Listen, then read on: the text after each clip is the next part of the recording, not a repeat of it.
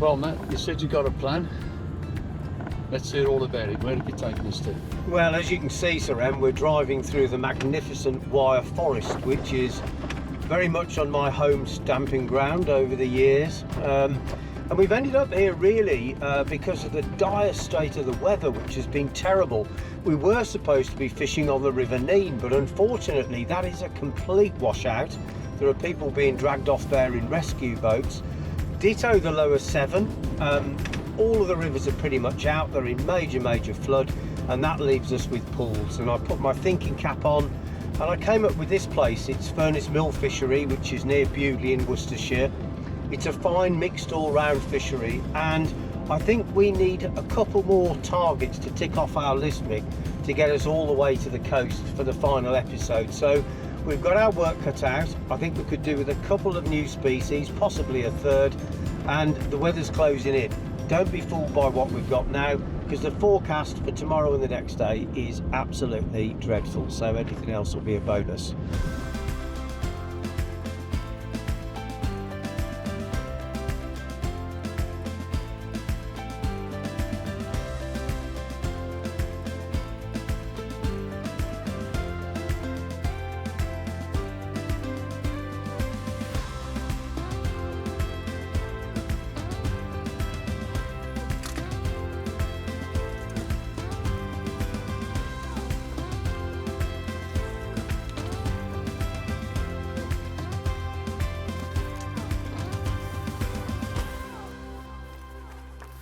All right, mate.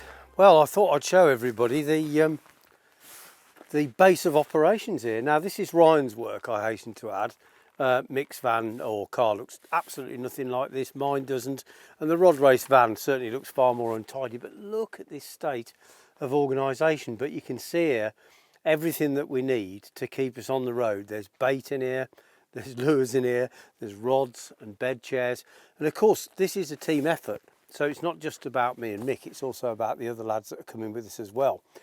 Anyway, we're here at Furness Mill, and we're lucky to be here actually, because at the 11th hour, the Duke saved our bacon at Homersfield with a wonderful piece of drama, and of course that magnificent catfish. What's that done to the points, Mick? Because we've got one leg after this one, so we've got to catch enough in this episode to get us to the coast, which of course is 1,000 points. Well, we needed over 200 points when we got to Homersfield to complete the challenge. You built up a couple of good bags of roach and bream. That was about £30, and I'm sure if you'd have carried on you could have caught more. The carp rods just didn't go, but luckily we got a catfish. So with £30 of roach and a £40 catfish, plus 50 points for a new species, that gave us a total of 120 points at Homersfield. Add that to the previous tally, and we're only 87 miles short now, or 87 points, of what we need to get down to our final destination. So now we're on this destination 5. Well, you tell us what we need to get 87 points. Well, with 87 points to go, that means that we've got to get one new species plus 37 points, or 2 new species. So actually, mixed catfish really has given us a fighting chance. Now, we're here at Furness Mill. It is, of course, a commercial fishery. There's a lot of fish here. And to have fished at a place like this early in the challenge would have been a bit disingenuous. It would have made getting lots of species a little bit too easy. We wanted to get them from the wild waters first. But it comes down to this. We need a carp and a chub from here. That's our best bet. Maybe a crucian carp. Those are the 3 options, plus the wild card, of course, of Duke's favourite, the eel. So there's 4 things that we're fishing for, 3 with some serious intent. 1's a bit of a long shot, but with any luck, if we get 1 new species and 30 odd pounds of fish, or 2 new species, we're on the coast.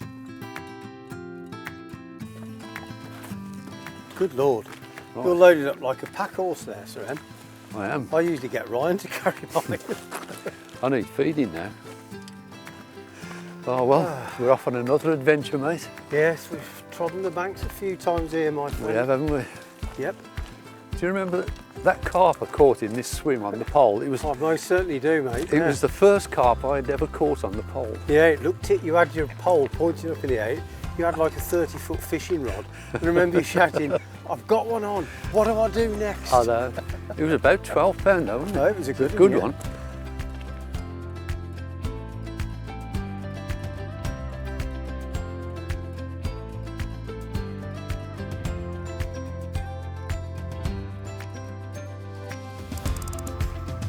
I don't know about you, but because we've done so many different things here over the years, it feels like home, doesn't it? Really, it doesn't feel like an away venue.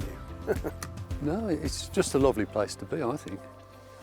And of course, I've always wanted to fish for eels here, and I've never got round to it. And whether I catch one or not, I'm going to enjoy trying. Just thought I'd mention one thing to you. And that was when we were at Homersfield, when, as far as I recall, I was the perfect team member and was very supportive of your achievements. And then I see the press photo released by Tom Balaam of the release of the fish, and I see that you're, you know, making silly gestures and trying to push me into the lake. Like Oh that. yeah. Photo bombing, in other words. What have you got to say to that? All I can say is I'm sorry I missed. I missed your shoulders, but no, it's all part of the fun and banter, isn't it? I mean, it's not just about catching the fish. You know, I had years of mucking about at school, and I think that's put me in good stead for fishing with you, really, because Yeah. in between catching a few fish, we just muck about, don't we? Pretty much, yeah, basically most of the time. In fact, it's becoming a bit of an effort to fish these days, isn't it? It is. I mean, it's not just catching the fish as we get older. You know, it's all about just going and enjoying yourselves, no matter what that means. Yeah, when I think about our fishing trips together, it's usually in the winter, and it's me coming over to your place, driving the Duchess up the wall, probably, I should think, for the time I'm there. But it's the whole occasion, because we meet up in the afternoon and we have a cup of tea. We might even go off and do some fishing, but we'll sit and talk about fishing, and we'll talk ourselves up into a frenzy. Then we'll have fish and chips. Then we'll sit up far too late at night and say, "Oh my God, it's 2 o'clock in the morning. How did we get there? We're going to get up early." Then we don't get up particularly early, and we faff around a bit more and have a few cups of tea, and eventually make our way to the water, because we're a pair of old blokes. But when it comes down to it, considering the amount of time we spend fishing, we do quite well, really. Do you know, mate? The way we carry on, it's amazing that we catch anything. It is, but I'll tell you what, mate, we've been good on this. We have been good on this. Come on, we have. I think we fish well, you know, considering neither of us go fishing that much nowadays.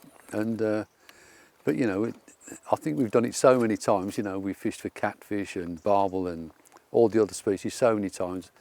You can't write off that experience, can you? You know. Well, I think it's like match fitness, and I could feel gradually everything coming back and coming back up to sharpness. And the best way I can describe it is that you can do all the old things, you've still got the magic, but you haven't got the match sharpness until you've been out. And now we've been doing this, I feel match sharp.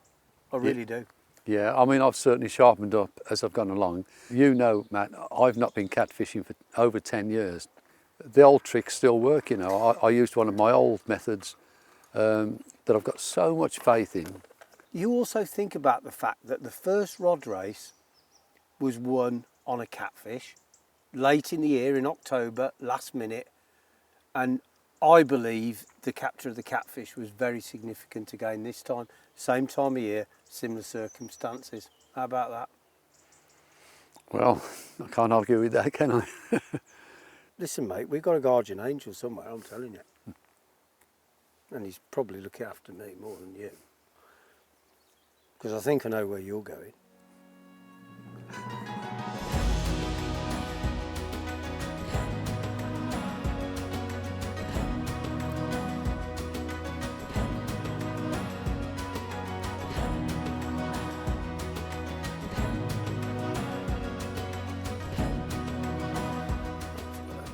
Oh, there.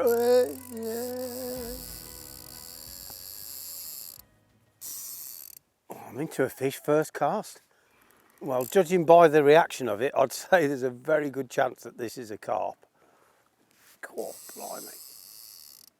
Really hanging on down there, and it's kicked up quite a bow wave. I've been feeding some of these complex T pellets, and I just put one on the hook, and my word, it was a vicious take. It's trying to get under the bank now. Look, right under there.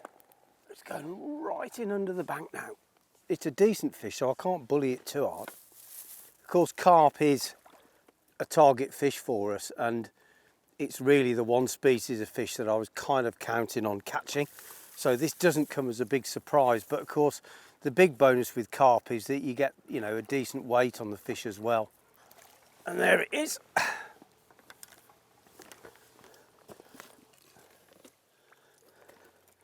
Well, I wondered what sort of carp this would be. It's a small common carp.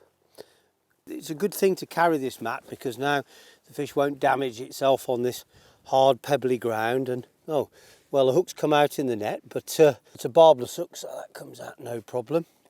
And there's our fish now in perfectly good condition, and a 50 pointer. I'm not going to make too much of a celebration because I did expect to catch one of these. A good start there. I'm going to give myself about £3 for that one, and 50 points of course, because it's the first time in the series, believe it or not, that we caught a carp. Well, this is a nice spot to return the fish, just a little bit away from my fishing position. You can see it immediately goes upright. It's not listless, so let's just release it, and off she goes. Great start.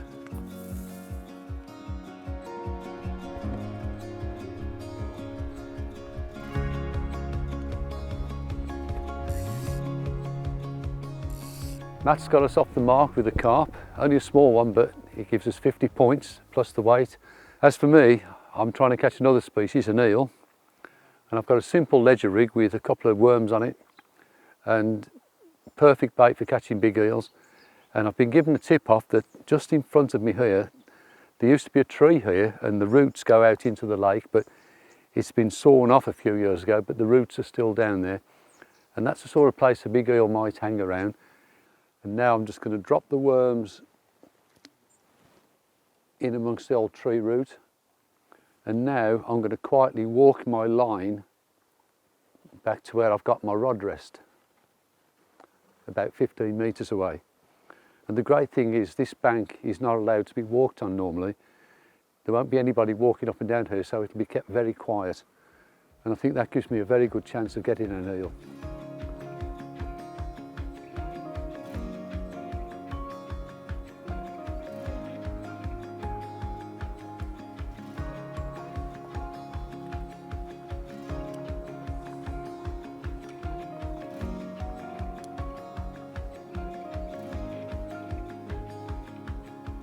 Now for bite indication, I'm going to start off with a very old-fashioned way of fishing for eels, just with a bit of silver foil on the line. Well, there's hardly any resistance at all there, and in the daytime, while it's quite calm like this, that's the way I shall fish, but if it gets windy, I'll have to maybe put a little stone on there to keep it down. But later on, especially when it's getting darker, when I've perhaps lost concentration, I'll use a front electronic bite indicator, and this is really sensitive. The slightest movement of the line and I shall know that's a sign to pick up the rod and strike. So I'm really excited about this. I just love eel fishing. It's just magic. Ever since a child, I've found eels to be absolutely fascinating. The life cycle of the eel is just incredible. They're spawned in the sea, somewhere in the Caribbean, nobody knows exactly where. And when they're very, very small, they make a journey all the way across the Atlantic Ocean to get to the European shores. And they come into the river systems, and they're like little, they call them glass eels. They're about, I don't know, 2.5, 3 inches long, almost transparent. And they work their way up the rivers, and then they'll get into everywhere. They've got the streams, the tributaries. They'll even go across wet grass and find their way into still waters like this. And depending on what they've got to eat, depends on how big they're going to grow. After so many years, nobody is sure exactly how many years, maybe 15 to 20 years, they'll make that journey back, overland first to get into the ditch and find their way back down to the sea. And the life cycle goes round and round and round. I'm really excited about this fishing now, and you know, I've got a couple of days to to sit here and work on it, and the weather's looking good. I'm really going to enjoy this session.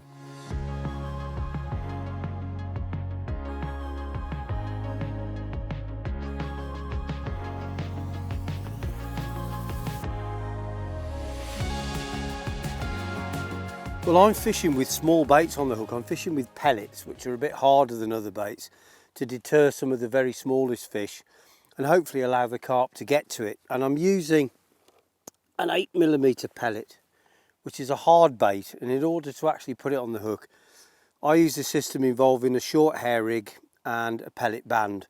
Now, a pellet band basically stretches out once you put the pellet bander into action, and you can see it's now opened out a space for me to drop in this hard pellet, and once I've got it in position I can just roll it off, and there, as you can see, I've got the hook bait in perfect position, and it's a quick change job too, which is really good.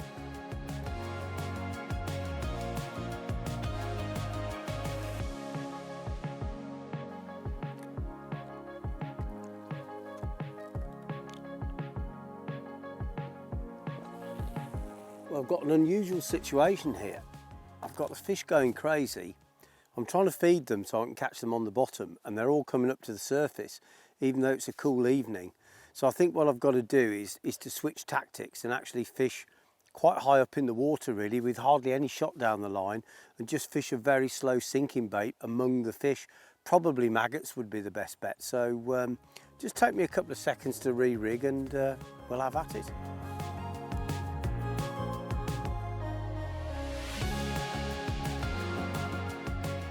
Now I'm going to push all the shots up around the float so that I've literally got nothing down the line, and then instead of fishing with a pellet I'm going to use a couple of maggots. We'll see what happens. So I've now got no shot down the line. I'm going to take off that pellet. Hook might be a bit big, but we'll try.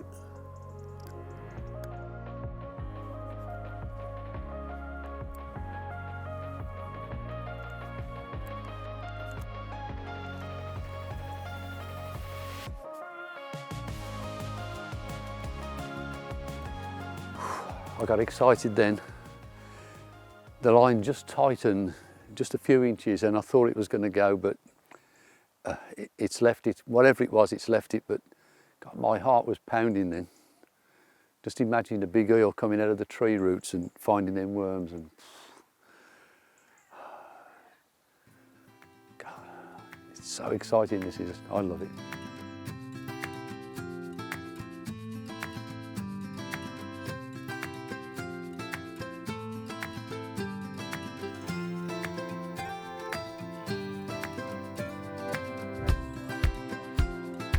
Well, there you are. That's the first or second cast with the maggots.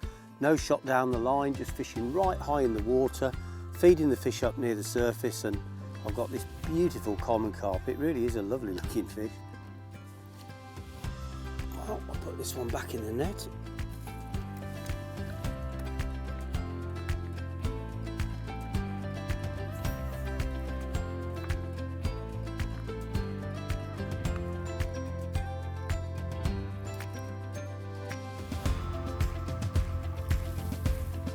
Lovely.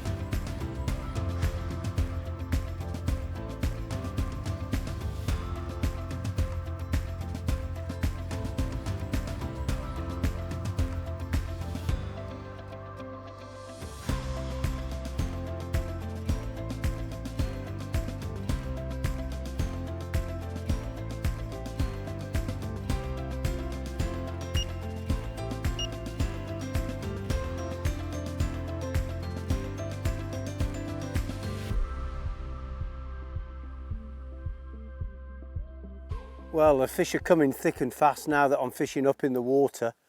I'm just literally feeding maggots regularly and they're boiling up near the top. There's no shot down the line. And all I'm doing, the key to this is to wind in incredibly slowly so that you don't sink the float, but you feel the fish pull the bait away. They literally hook themselves. It's called the winding technique, and it's very, very effective when you're fishing up in the water like this. And I'm very quickly building a way to fish here.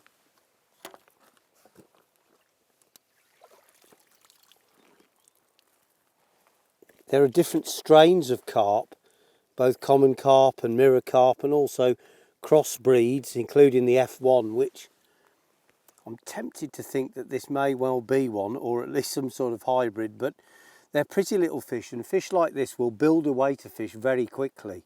You know, they're probably averaging 2 to 3 pounds each, and you don't need many of these to start to build up a big weight. So I'll tell you what, we're well on the way to Cornwall here. Well, I must admit, after all of the emotional highs and lows of the last couple of episodes, to come here and just have some nice fishing and not feel under massive pressure, I've got to say is an immense relief. I'm really enjoying this evening. I've got the first target species off my back carp, which to be fair I expected it, but I'm having some really nice fishing, building up a way to fish, and tomorrow I guess I'm going to have to go after chub and crucian carp, but I know we've got to get the job done, we've got to get to the coast, and then there's the possibility of the weather down there, but that's another story. We'll live within the moment, and at the moment things are pretty good.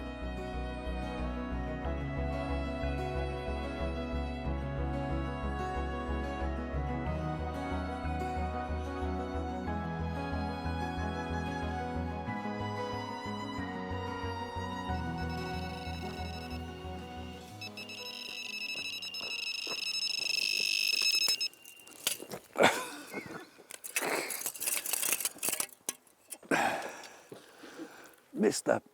I nearly said a bad word then, but I've missed it. No, I haven't. Guide's still on. Well, I've struck it like a blithering idiot, thinking I'd missed it, and it's run so fast it's nearly in Matt's. I'd like to be able to tell you it's an eel, but it's a carp. Now, normally when we're down here catching carp, we tell you how delicate the presentation's got to be. I'm using 20-pound hookling, mono, and a size 2 hook. Right, hang on, let's get it in the net. Actually, it's not a bad carp yet. Right, here it comes. I'm going to put this down because my other rod's going down. This is madness.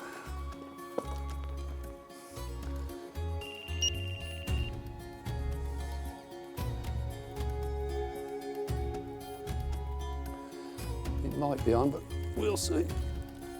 No, it's not. Oh. Right. Well, there's my worms all chewed up. I've made a right buffoon of myself with that one.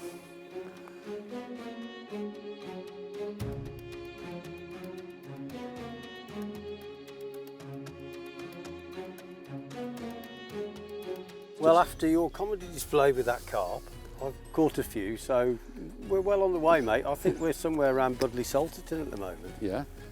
Well, I think I've got quite a reasonable one. I think it's about 6 or 7 pound, man. Have you? Yeah. Oh, we've had a I'll few have a look at it. fish then. Whoop.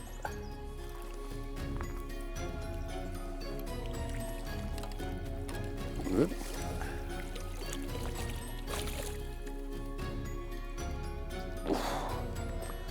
Oh, what it... well, it's quite a chunky old carp. I'm guessing about 6 pounds, maybe more. And it wasn't what I was after, but it's giving us miles. It's quite a pretty fish, actually. So I want an eel about the same weight as that.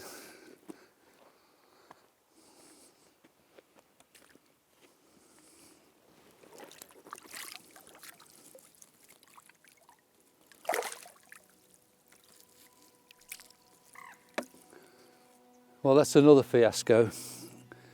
I didn't really want to catch a carp, but I've caught one. I can't do anything about it. And it was a nice fish. It's given us some points, but we don't want carp. We want an eel to get the 50 points. And I've made a decision. Tomorrow, I'm just going to fish dead baits, because if I fish worm, I'm just going to keep on catching carp. I can just see it happening, so I've got my plan for the morning.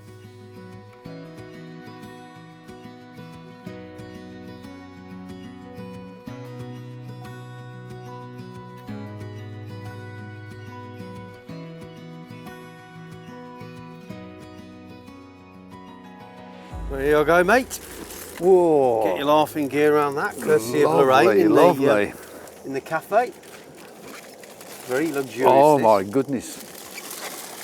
A proper black country breakfast here, look at that. It is, mate. The black pudding and everything. The only thing is, Matt, we've got no knives and forks. Ah, you say that, Sir M, but I think of everything. Ah. Tom, where's the knives and forks? Right. There you go, mate. You've got some toast Oh, here. we've got knives and forks, toast. Yeah. I mean, this is a proper black country breakfast, isn't it? Yeah, got the black pudding and everything. Yeah, mate. we could be in Dudley or Brierley Hill. We could be, but we're out here in nature and we're about to enjoy a lovely day in the sun. I mean, the weather's a massive bonus. And I don't know, what are you going to do today? Well, you know me, I'm determined to catch an eel. The odds are against me, of course, but you know me, I won't give up. No. If I don't catch an eel, I might get a chub on the worm baits. Or Well, I'm going to try for a chub using that maggot technique that I started on last night. Yeah. But I didn't do it full justice really, so I'd like to spend a bit more time on it because I know it's a good way to catch chub. If I can't catch them there, I think it's because they're not in the swim and I'll just move. Yeah. Try it somewhere else until I've got a chub and then, Yeah. you know, but I'll tell you what, mate, it's a cracking day. I think we'll have a nice day actually. Yeah, I think so. We're going to enjoy it whether we catch or not. Yeah, we are. And we're not doing too bad on the scores, are we? Not bad at all. No. You still happy sleeping in the camper van? Yeah. You're not getting tired of it? It's not cold, is it? No, it got a bit cold this morning because it went really cold last night and the heater, there's a heater in it, diesel heater, which is ever so good. It just keeps it at a tick over temperature. But anyway, I miscalculated last night, so I set it 2 or 3 hours shorter than it should have been. So when I woke up this morning, it was a bit parky. But it's really comfortable in there, mate, and I've enjoyed it. It's nice to wake up in nature and step outside, and yeah, it's just makes a pleasant change, really. Yeah. Did you snuggle up with Jeffrey? I noticed that his trousers were down again this morning. No. And I don't know how they came off. Honestly, mate, it's like a Brian Ricks farce. They come off so often. Do you know what? So, I mean, anyway, I don't know. I don't want to go there, really. I don't really want to ask any more about that. No, he not probably got too hot in the night and kicked him off, you know, as giraffes do, you know. Yeah.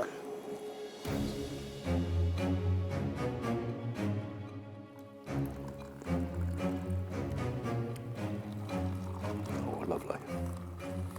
Big old slop bucket full there.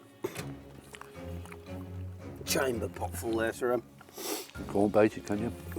My granddad used to have a chamber pot, you know. Did he? Yeah. You used to hear him in the morning.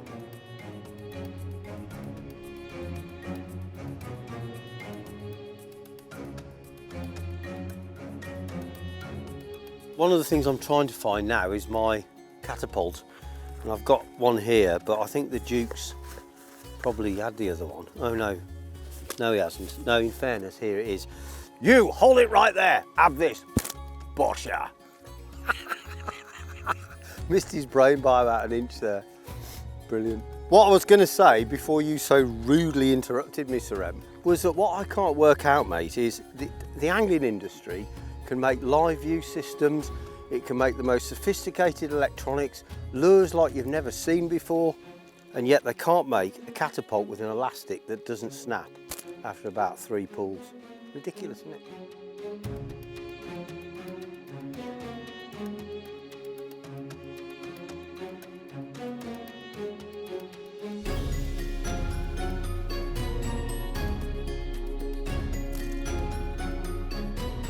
Well, it's getting a little bit late in the year for it now. We're in October, but it's a nice warm day, and what I'm trying to do is to get the fish feeding up near the surface.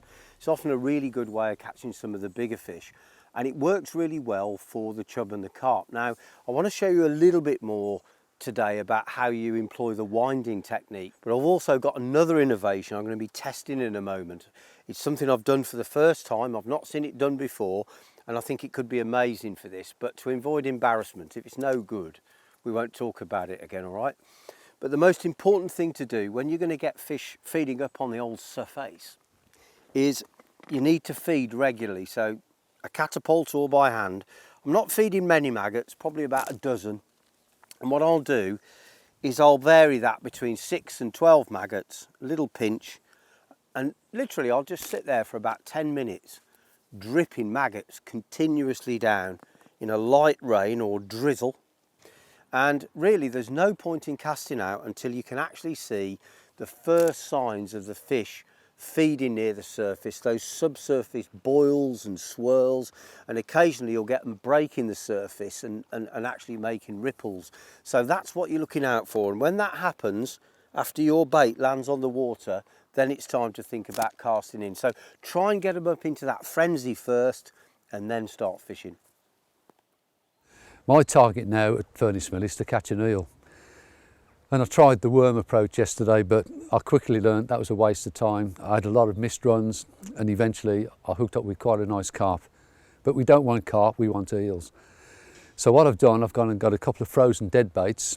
I'm going to cut them into sections and get them out, and there's a much better chance of an eel. This is proper eel fishing to me. This is really exciting. I've only got 2 roach, so I've got to use them carefully. All I'm going to do, this is a great size for getting 2 baits. I'm just going to cut it in half, like so. And the head section I will hook through the lip, and the tail section I'll hook through the tail. And if I get a run on one of these fish sections, it could be an eel, and there are some really big eels here. And if it goes, I'm going to be so excited. Right. Let's get these baits hooked up. Now this rig is simplicity itself really. I've got a short hook link and a 2-ounce weight and a size 2 hook. I'm just going to lip hook the dead bait fairly firmly, and you can see it's absolutely oozing with body fluids. If there's an eel in the area, it'll detect that. Hopefully come in and take it. Now where I want to drop this bait, it's close to an old tree stump in the margin, and I don't think I can cast accurately enough, so I've got permission to climb over the wire here. You're not supposed to go up here normally. I'm allowed to drop the bait by the old tree stump, which is under the water, you can't see it, and then I'm going to walk my line back to the rod pod and then set my alarm up here. So here I go.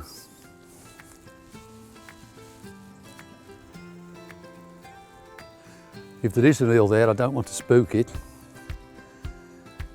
Now, you can't see this, but I do know that under the water there's some old tree roots, and I'm just going to drop the bait in amongst the roots there, and I'm going to carefully walk my line back to the rod pod. Now, I know the roots aren't that bad that I'm going to snag up, but along this area where there's nothing else, there's no other features, that's the perfect place, I would think, for an eel to hang around.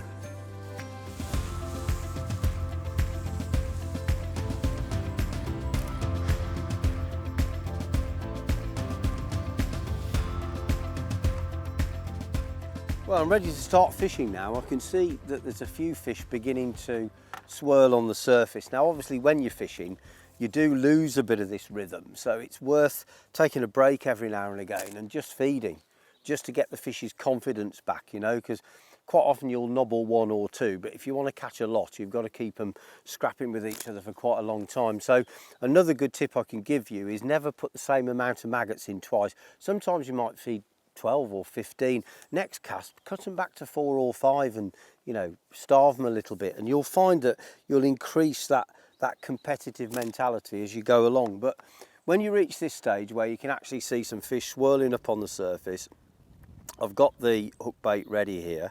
As I say, it's a bit of an experimental job, but I'm pretty confident they'll take it. Now I've got no shots down the line, so we need to have a look at that. So basically, this here is what we call the bulk shot or lock-in shot. And a team of these smaller shots is more aerodynamic than a couple of great big ones. number one. Number two, I've got the option to move some of these smaller shots down the line if I feel like it later. But for now, as you can see, I've got no shots down the line at all. Now the problem with fishing this technique is that if you haven't got any shot down the line, often the bites don't register. So the only way you can make this work is by keeping the line tight all the time and waiting for the fish more or less to hook themselves. So to do that, you've got to keep the rod tip at a slight angle and, as I say, use the winding technique that I was using last night, just moving the float so slowly through the water that you don't actually sink it. But what you're really waiting for is that pull. And I've got the float out there now in the area of action. Let's just see if anything happens. And I'm just winding really, really slowly, and I can feel little bumps as the small fish are hitting the bait. I'm just waiting for it to get ripped, really. Eventually, if I feed them long enough, it should do.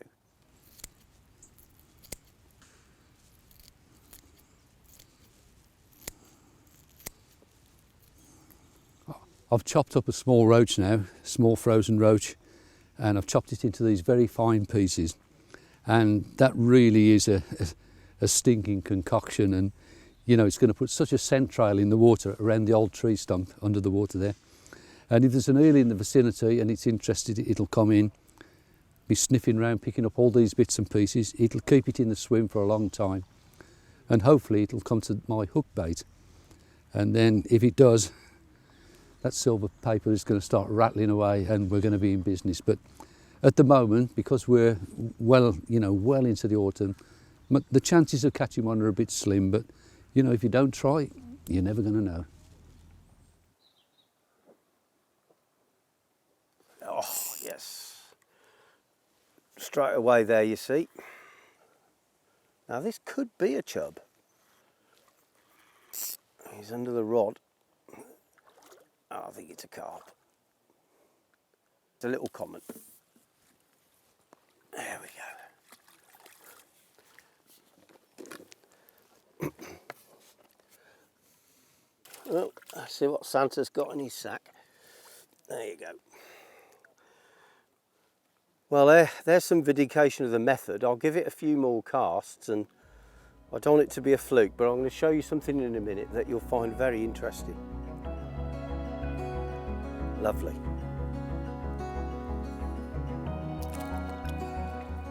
I've got the second rod out now, another position I favour, under a bush on the far bank. And as you can see, eel fishing is a very messy business. But you know, you've got to go through all this to prepare the swim and get your baits out properly. You know, there's all that preparation, but now eel fishing often involves a lot of waiting. And that's what I'm going to do now, just sit back and enjoy the day. And even though I'm not catching, or if I'm not catching, I'm still thinking what the next move is. It's not just sitting there and waiting entirely. If this plan doesn't work, I might have to think about moving, but it's only fair to give it a few hours here, I think.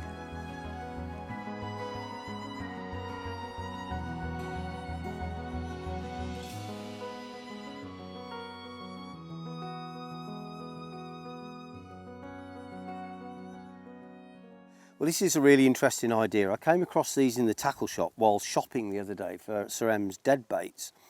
And these are latex rubber maggots, but they're buoyant. They actually float. And it occurred to me that if I was to balance one of these with a real maggot on the hook, maybe it would sink really, really, really slowly and kind of just sit up there in the surface layers hovering around. So in order to make the rig, you'll see how it all comes together in a minute. But basically, your hook link normally is a couple of feet long in old money, 2/3 of a metre. So basically what I'm going to do is to take, you know, a decent hand span of line and take that off. The next thing I'm going to do is I'm going to tie a loop in the end of this, a simple overhand loop. So I'm just going to double the line over like this, and then I'm going to take both pieces and I'm going to form another loop like this. And then I'm going to take this loop here, I'm going to try and close that as much as I can and push it through the first loop like that, and then moisten it, and then pull all the bits, and you've created, if you like, a mini loop on which you can put your maggot or whatever it happens to be. In this case, it's going to be a buoyant maggot. And then I'm going to take the other end, which is just a naked piece of line, and I'm going to take a hook. Now in this case, I'm using a size 18 barbless, but quite a strong hook. And as you can see, the hooks I like for this type of fishing are a round bend with quite a wide gape and a short shank. I'm going to pass the end of the line through the eye of the hook from facing the rear, and I'm going to draw the loop at the other end all the way up to the bend of the hook, so that it's literally sitting like so. And I'm going to take this piece of line and I'm going to wrap it 4 or 5 times down the shank, and then I'm going to take the free end again and I'm going to pass it back to front again through the eye of the hook, and I'm going to draw it up tight. And what it will do, you can see it just sliding over my fingers, is it will tighten up all those wraps I made earlier on and secure that little hair to the back of the hook, as you can see. So now I need one of these false maggots, which, as I say, are buoyant. I'm going to take my baiting needle and I'm going to put the maggot, I'm going to start at the thin end, just down near the tail, and I'm going to push the needle into the maggot. First of all, hook it in and then push it up through the body of the maggot like this, so it comes out the end. All right, so it's a bit difficult to do this in such small detail, but I'm going to try. And now you can see I've got the maggot actually on the hook, so I can close that loop now almost, and then I can put it on here on the loop on the end. I'll just open that up slightly, and there it is. And what I'm going to do is slide that maggot up off the needle onto the hair, and in this little hole at the end I can slip in a bait stop or a little piece of grass or something just to stop this from coming off the loop. But basically, just so that you can see, that maggot now is sitting nice and parallel to the shank. It's not obscuring the point of the hook at all, so it won't interfere with the hooking. And now I'm going to add a normal maggot onto the point of the hook, actually on the hook itself, hooking it like you normally would through the fat end, and just literally just nick the skin as lightly as you can so that you don't burst the maggot. And as you can see, that's nice and lively. And when we see the two together like that, you can see that this does look very realistic, and the buoyancy of the fake maggot will be counteracted by the density of the real live maggot and the hook. And I've tested this and it sinks really, really slowly.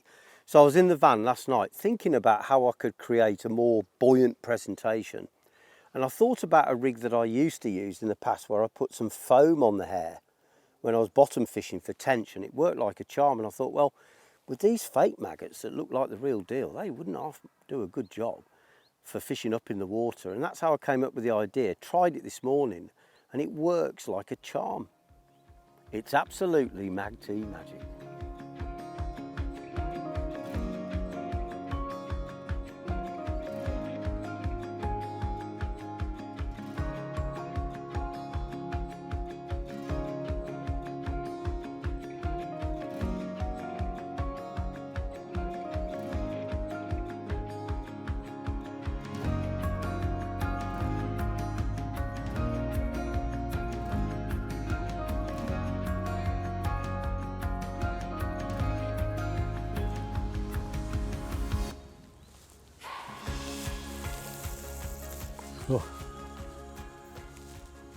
Oh dear.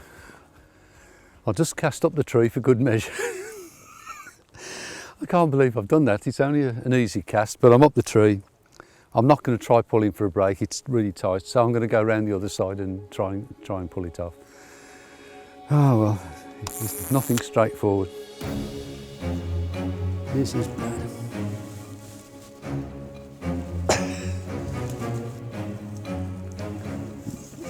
That's not coming. I'm gonna have to go and get my cutters. This is not gonna work.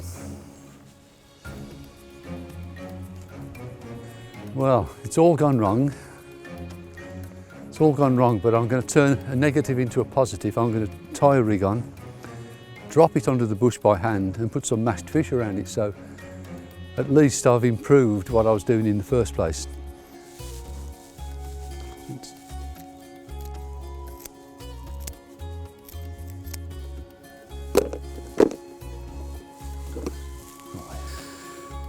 Well, I'm back with my scissors and I'm going to have to cut the line, but at least I'll get the rig back.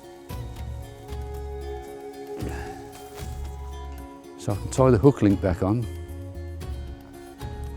I'm going to put the bait exactly where I want it now. I'm going to drop it under the bush. That's where I wanted it. I've brought round a few pieces of mashed fish and I can get them now right round the bait very precisely. Although I've behaved like a complete idiot, gone up the tree, I've salvaged the situation, and in actual fact now my bait is exactly where I want it and it's got some free offerings around it. I've ended up in a better position than I hoped to be. So I'm going to run around the other side quickly and get the rod set up on the rod pod.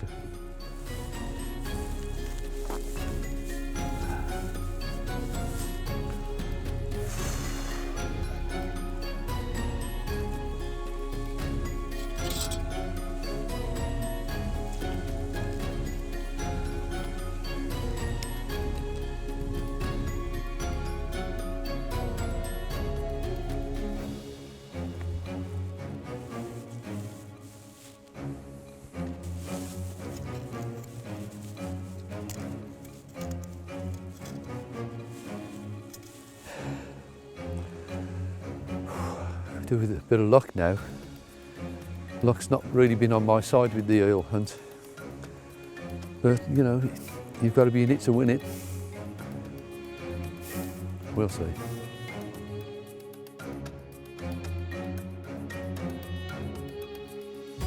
Tell you what, this is a heck of a rod, you know. I've got it's like a prototype rod for Normark, and it's a rebuild of the Titan Avenger, which is an amazing rod. And this is fabulous for dealing with bigger fish. It's got just the right amount of power to put pressure on the fish like that when you want to, but it absorbs the shock. It's a cracking rod. And that's another nice carp, but not what I was after. Let me just lift this one for you because it's a nice looking fish. And look at that. The old Mag T magic right in the top lip there. Beautiful. I do love it when a plan comes together. I think I should make it clear to the viewer that this isn't proper eel fishing, this isn't serious eel fishing. If it was, I'd just sit by my rods for 24 hours and wait for a run, but you know, we're working against time. So I'm thinking, what shall I do? Well, I do know that some waters, the eels will show a preference either for fish or for worms, and I've tried fish here. Not for very long, I'll admit, but time's running out for us, so I'm going to change one rod over to worms. Got some lovely worms here. Oh, some absolute beauties, and you know, we won't be using these when we move on to the next venue. We'll just be throwing these away, so I don't want to waste them.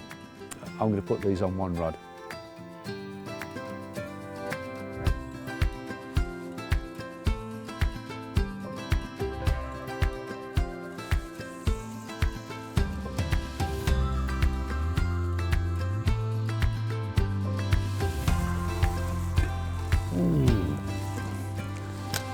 Only perfect.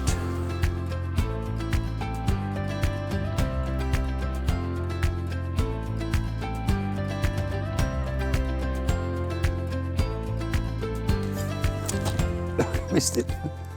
Not only missed it, I've thrown my foil, silverfoil miles. I don't know where it's gone. Well, I've just missed a bite.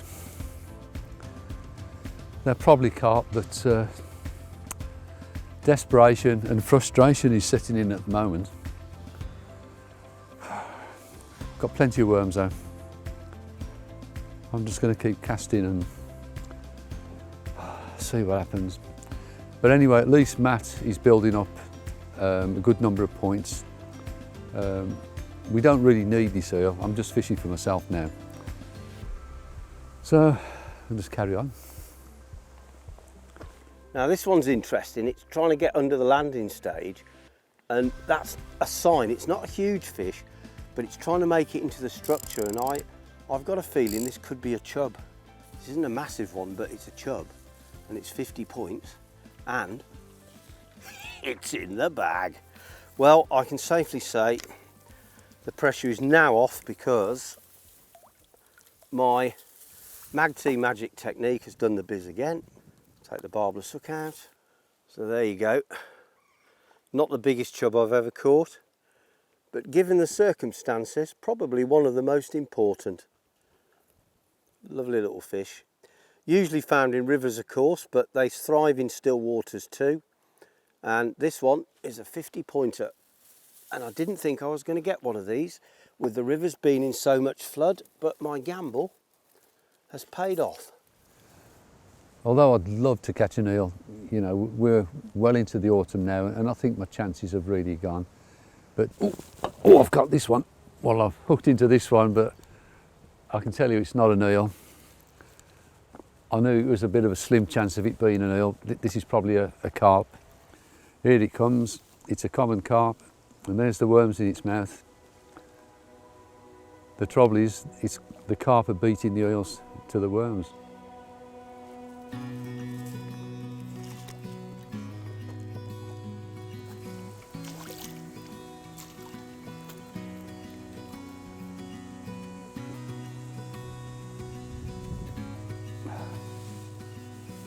It's not an eel, but you know, it's a lovely carp, and I'd rather it was an eel, but you know, it's given me a lot of pleasure. And it's a couple of pounds, it gives us a couple more points on the scoreboard. But you know, I'm wondering how much longer to give this, because I think the carp are going to keep beating the eels to the bait. And I think I'm going to start thinking about packing up, because we've got a long way to go to the next venue.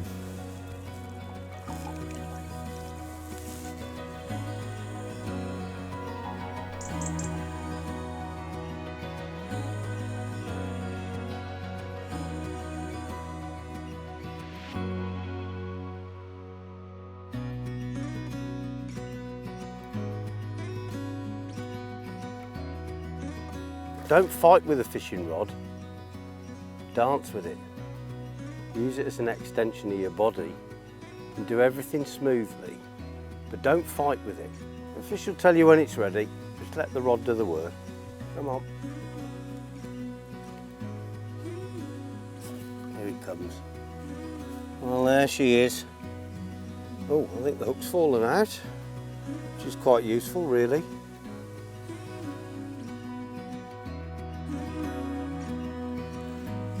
I'm just finishing off the remnants of my breakfast, and you know, there's worse ways to spend an afternoon, isn't there? Just sitting here watching my rods. It's the worst time of day probably now, midday. I think my chances are very low, but you know, I'm really tempted to stay into the dark. That's probably the best time to catch an eel, but we'll see how it goes.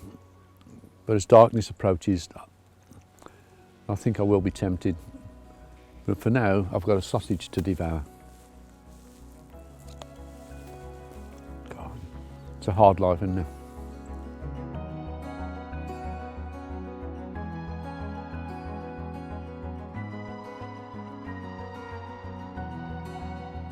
In an earlier episode of Ultimate Rod Race, we have dealt with the mixing of ground bait. Suffice to say, this mix is one that I prepared earlier, and the interesting thing is, it's the first time I've used a thermal ground bait bowl, and I've found that it's perfect consistency after spending a night inside the van. It's not dried out, it's still nice and fresh, so that's ideal. So the point of this ramble is that I'm going to put some of this stuff in it, and the idea with a method feeder, which is what we're going to be fishing, is you're not casting out to build up a huge bed of bait. You're casting out a trap. You want it to have maximum food attraction and fairly minimal food value. In other words, you don't want to fill the fish up, you just want to attract them to it. And so putting in some of this stuff, belacan, which is basically fermented shrimp, and it stinks like a Bolivian unicyclist jockstrap, to be perfectly honest, but it works. So we're going to give the ground bait a bit of a generous glug. Just a bit more for good measure. Anyway, that's going to make this ground bait quite sticky, which is okay for method feeder fishing, but you don't want it too sticky. So make sure that, like, when you're mixing it with the water, always use lake water. God, truth, this stuff stinks. Anyway, coming up for air. Yes, make sure that you mix the ground bait to the correct consistency, so get plenty of air in it, and in this case air is a very good thing. Just keep mixing away, get plenty of fluffy air into that mix, keep it all spread out, and it'll start off a little bit damp like that, but if you give that 5 minutes now in the fresh air, it'll start to dry out. I'll give it another stir around and it should be absolutely perfect. So while I'm waiting for that, I feel like I'm doing a cooking program. It's good, isn't it? So while we're waiting for our ground bait to dry out, what I've got over here is the rig, and ta-da. Now the reason I'm showing you this is because this is a technique which I can use my buoyant maggot with. So with a method feeder, you've got quite a heavy feeder, and it should be what we call semi-fixed. So in other words, it's locked in position, but if you apply moderate pressure, it pops off and slides off the line. It's what we call a safety rig, and if you don't know about safety rigs, look them up on Google, because they are important. So the point with a safety rig is, let's assume that you lost this rig in the lake. You cracked off your line, or it got lost in a snag, and the fish had the misfortune to pick it up. You don't want it towing this big heavy thing round. So the thing with the safety rig is that you can pop the swivel into the sleeve and it's fixed, but under moderate pressure it will pop out again. So always check for that feature, because it means that in the event that you lose the rig in the lake, a fish isn't going to be swimming around with a feeder attached to it. But to all intents and purposes, it's fixed right next to the hook, in this case with a swivel, and you can see just a few centimetres on the hook link, a small barbless 16 or 18, and there the Mag-T Magic, and you can see the buoyant maggot there, hair rigged to the hook. You can see it sitting perfectly, just touching the bottom of the shank, so it will sit alongside the ordinary maggot that I place on the hook, and that means that this hook bait is what we call neutrally buoyant, and it will get washed round in the fin weight caused by the carp attacking the ground bait feeder. So what we're going to do is we're going to tuck this hook bait with another maggot on it up into a ball of ground bait like this, so it's actually in the ball, and as the carp come in and break that apart, the maggot's going to come out and it's going to drift around and they're going to have it. So that's the theory. Let's see if it works in practice. And actually, to aid me in putting the bait on the feeder, I'm going to use a thing called a bait mould. This is a sort of multi-purpose universal mould. You can buy specific moulds for specific feeders, but this one will serve us pretty well. The first thing I'd like to do is to add to the attraction of the ground bait by just sprinkling into it a few goodies that I've got with me here. You can see I've got some very small pellets. Put quite a few of these into the mix. These are 3mm dynamite halibut pellets. Then I've got some of these 8mm. I've got some 6mm as well. These are Complex Tea, which is one of their boiling mixes I like very much. Complex Tea. It's kind of fishy, goes well with the belacan shrimp flavour I've added. These are Complex Tea boilies. I'll crush a few of these up, crumble them up into the mix. And then I've got a few grains of corn to sprinkle in. So I've got changes of hook bait there if I need them. So to make the mix more interesting, certainly, you know, quite a few of these small pellets, a couple of good handfuls scattered around. And again, you know, just mix them in so they genuinely are evenly distributed. You don't want them all in one place. And I can see there that I could probably put another handful in here, just sprinkle them around. Lovely. Yeah, and we'll use probably just one handful here, one sprinkle of corn. Don't want too many of those in. If you get too much bright yellow in it, it tends to put them off a bit, but could go a little bit more than that, I guess. Let's put a bit more in, and you can see now The mix is quite sticky still, coming together. Now for the boilies. And you can get crushers and things, but I find these things just come apart, and I like to have a few fragments of different food items in here for the carp to pick over really. And if you want a single technique that will catch you loads of fish, wherever you take it, almost wherever you cast it in on a commercial fishery, then this has got to be the one. So in terms of actually loading the feeder, it doesn't matter too much what you put on the hook. You could put on pellets or anything really, but I find a pair of maggots is as good as anything. So what I'm going to do first of all is I'm going to put another maggot onto this rig. So we'll start off now by hooking on one of our maggots, just in the conventional way. Just nick it onto the bend of the hook, like that. And now I'm going to get this mould, and I'm going to put the ground bait feeder and the mould together like this, and then we're going to press the feeder into the mould like this. And then once you actually release the mould, you'll find that the ground bait has formed into quite an attractive looking shape. But more importantly, what we're going to do is we're going to bring the hook link round. This is where having a short hook link helps. And then we're going to take a little bit more ground bait, not too much, but a bit. And we're just going to mould that in really nicely so that the two maggots now are sitting right on the outside of the ground bait. And don't forget, if the ground bait ball breaks apart, and it will because it's got some dried hemp in it, which will cause it to fizz over a period of time, then these are going to drift around because they'll be neutrally buoyant. They just don't sink very quickly. They'll just hover around the bottom. So the maggots are in absolutely the right place, right on the outside of the ground bait. Basically, you can be creative with this. It'll work wherever you throw it on a commercial pool, but try to aim for the same spot each time, and then you'll build up, you know, a bit of scent trail in the area that you're fishing. But don't stress about having to fish too far out. Now, it's very important that when you feeder fishing like this, that you've actually got all the angles correct and you're in a comfortable position.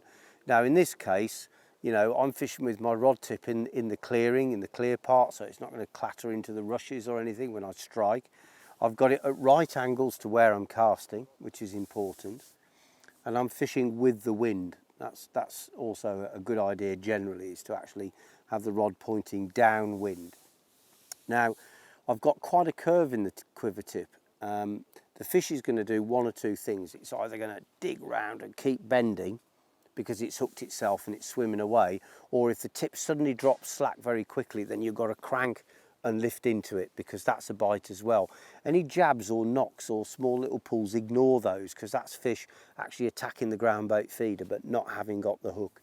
So we'll get into it in a moment, but basically you've got to sit on your hands and also pay attention to the rod. Make sure it is secure if you get a bite, because if you turn your back for a pee or just to make a cup of tea or something and you get a bite, even a small carp will drag your rod right into the lake. And I've rescued quite a few over the years.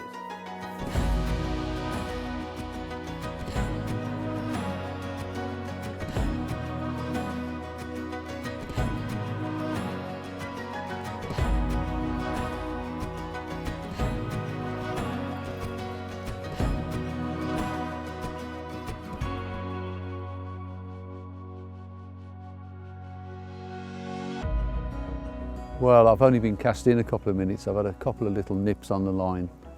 Could be crayfish, I don't know. But you know, it's just nice to get a bite of some description. I think for me, that's what fishing's all about. It doesn't matter what I'm fishing for, it's all about the bite. You know, whether it's a barbel bite where the rod slams round, or a hit on a lure when you're pike fishing, or the float going under in a tench swim. It's all about the bite for me. I can tell there's something picking away at the bait that probably wouldn't have registered on my bite alarm. But what would it be? Oh, I've got this one, and I don't think it's an eel. It's a little carp. No, it's a tench. Do you know, I don't know whether we've got a tench yet. On the eel tackle, I can lift it very easy.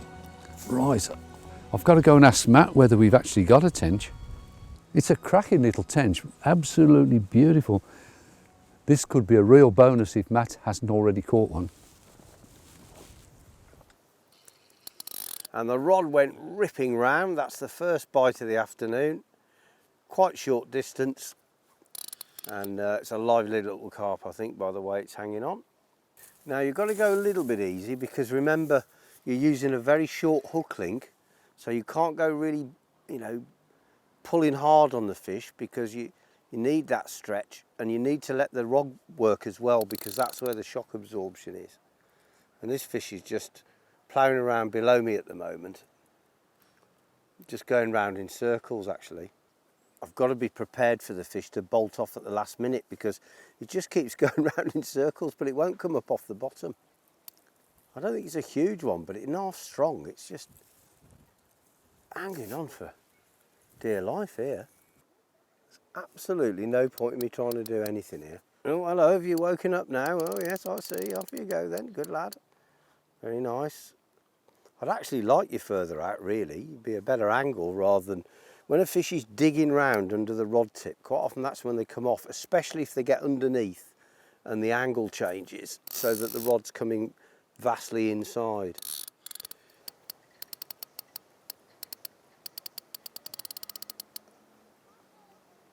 Oh, it's truth. I haven't even seen it yet. There it is. Well, well, well. It's not foul hooked. It's just a really strong fish. It's a nice one though. It's fighting like a carp 2 or 3 times its size. The thing with this technique is it does tend to pick up the bigger fish. You just put it out there as a single offering and it's surprising. You'll often pick up some of the bigger fish in the pool. Probably about 7 or 8 pounds, a nice fish. And it came on the method feeder.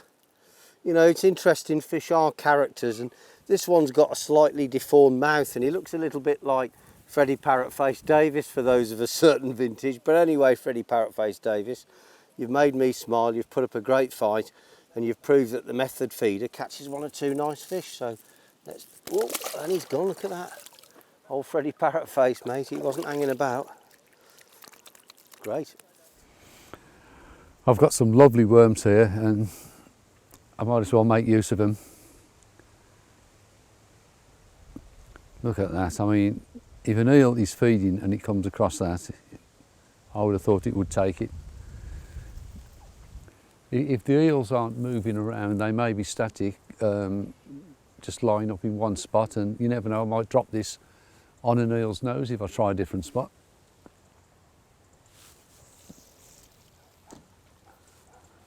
Something I do like doing, I've always liked doing this ever since I started eel fishing when I was a kid.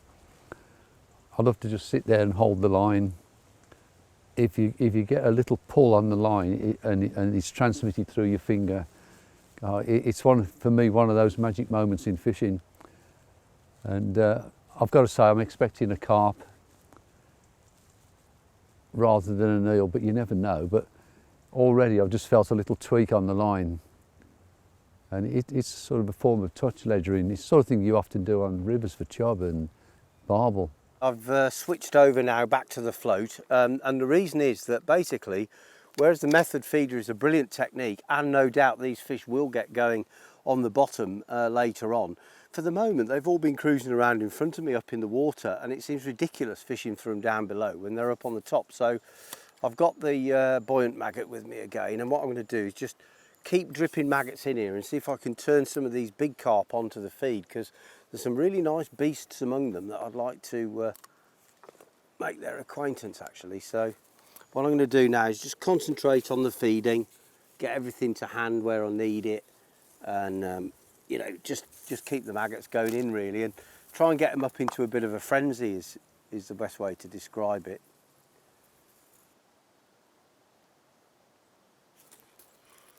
Small ones, see, little razor blades, I thought as much. I need those big fish to muscle some of these small ones out. But it just shows, you know, that false maggot thing. Look at that, tiny little fish like that, and I've caught that too. This is one of the best parts of fishing for me, that anticipation that you're going to get a bite. And I've got that feeling now I'm going to get one. It's just a magic feeling. Unless you've done it, you can't explain it. Here we go. Got one at last. And I can tell straight away it's not an eel. Right, let's have a look what I've got. Oh, this one's beat. There he goes. Here we go, another little common carp. Again, it's little common of about £2.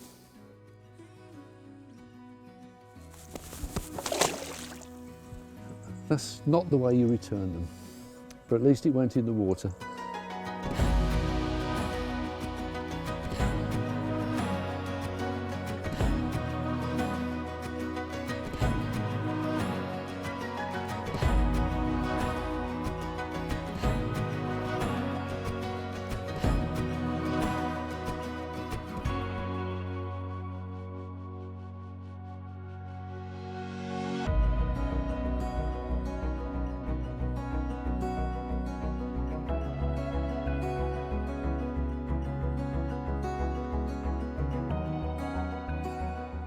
Well, I think it's time to pack away now. I've had a really lovely day in the sun. I've caught some carp on the method feeder, and I've caught them, of course, up in the water on the winding method with those maggots that I showed you. So it's really been enjoyable and a bit of a holiday really, a sort of, if you like, a calm spot within the storm, because we had all those episodes of really high pressure and not being sure whether we were going to get to Cornwall, and then suddenly it all broke last episode, and this one had a slightly holiday feel about it. It's been really nice to take that break before the final push, because for sure now we're in the middle of October, the weather is changing. I've seen the weather forecast for Cornwall and it's not good, but we've got to go on and overcome whatever difficulties we face and make sure we get this job done now.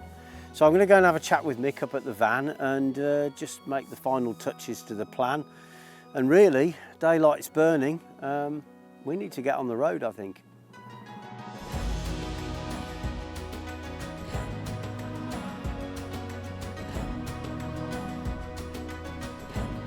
Well, Matt, I reckon we've had a really useful and quite an interesting session here. It's been really interesting for me, certainly.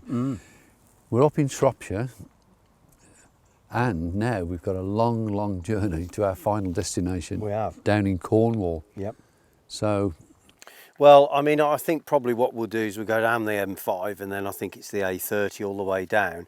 The thing we're up against really is the weather. So just to benchmark where we are, with the tench that you caught today, which was a heck of a surprise, we've actually caught 14 different species of fish. And if you remember when we went right back to the start and I looked at the route to get to Cornwall, I said to you, we can't do it on way to fish. We don't have the time, we don't have the weather, we don't have anything going for us. We need at least 13 different species. Well, mate, we've played it almost to the book because we've got 14 species, we've got over 1,000 points, which is our original target. So now our task is simple.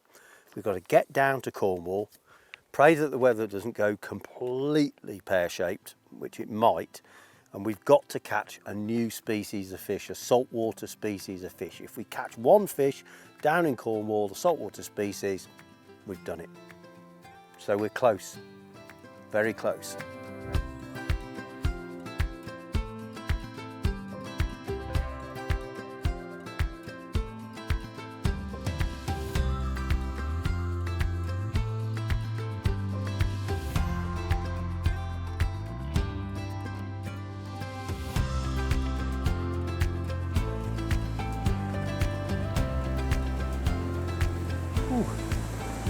Wow. Well, look mate, at this. can you believe it? All the way from Scotland, and here we are in Cornwall, virtually at Land's End. We're actually in Falmouth. It's magic, isn't it? I know, it's been a long journey, hasn't it? I hope this rope's strong enough. This is not what I signed up for. And we're going to be fishing into these gullies that you can see in front of you. You're going to be fishing almost underneath your feet. We're here I've got the rigs already sorted, I've got the bait set up, we'll just get fishing. Let's go. Oh, this is a good one, Mick. Look at this. Wow. It's a really nice one. Oh, it's so heavy. They're just mind-blowing colours. They're like perch on steroids. So for me, this is heaven. It's really beautiful fishing, this. And we've got the weather for it, eh? Well, one of the downsides of this is, unfortunately, because you're fishing in among all this gnarly stuff, you do get snagged up. Haven't lost loads of gear, but every now and again. So Em's into a good fish here. I'll say a good one. Oh, Well, it's a better one. it's better. It's Better not. than we have been catching It's not today. a monster, but it's all right. No, it's all right. Ow, it's bit me. Blimey, did you see that? Is that a right go? Hang on, mate. He's a black country lad, this one.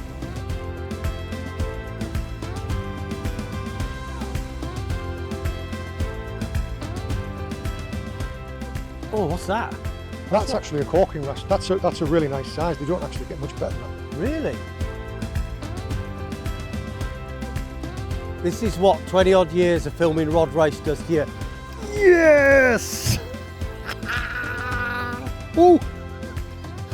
62 years old.